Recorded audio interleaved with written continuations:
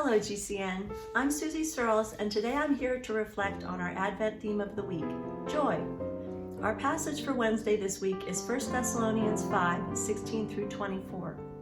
Verses 16 through 19 challenge us to rejoice always, pray without ceasing, give thanks in all circumstances, for this is the will of God in Christ Jesus for you. Now those of you who know me know that my husband Prentice and I love hiking.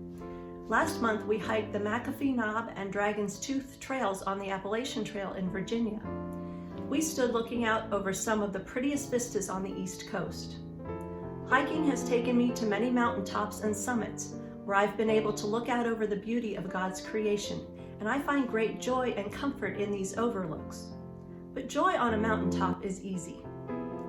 As you know, life isn't a continuous mountaintop experience. I wonder, how am I supposed to rejoice always and give thanks in all circumstances?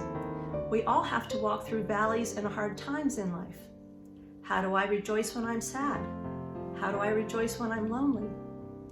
Knowing that I had to share my thoughts on rejoicing always, I've been thinking a lot about how this is possible, especially for those of us suffering chronic illness or pain, and especially in this season of the year when grief over loved ones who are no longer with us is so raw.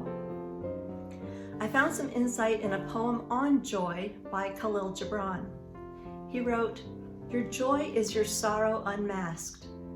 He further explained that sorrow and joy are two sides of the same coin. You can't have one without the other. The loss of my sister Kathy 4 years ago is one of my greatest griefs. And when I think of her, I feel a wave of sadness. But if I look on the other side of that coin, I can rejoice in the 50 years of memories I have with her on this earth, and I rejoice in the beautiful example of generosity and kindness she set for my children. Another great lesson I learned for finding joy while dealing with chronic illness and pain came from my dad, who died of the same neuromuscular disease that claimed my sister. My dad dealt with constant pain and wasting of his body. Everything eventually became a struggle for him. Walking, swallowing, talking, eating, breathing, everything. Yet instead of focusing on himself and his physical decline, he focused on helping others. When he was forced into retirement by his company, he immersed himself in service to his family, the church, and the community. Dad took over all the household cooking and chores to help my mom, who was working as a teacher. He held several leadership positions in his church and in the Damascus Lions Club, heading many of their fundraisers and activities.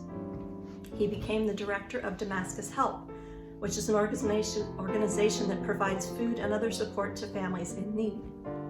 I think he actually worked harder after his forced retirement than he had before he became disabled.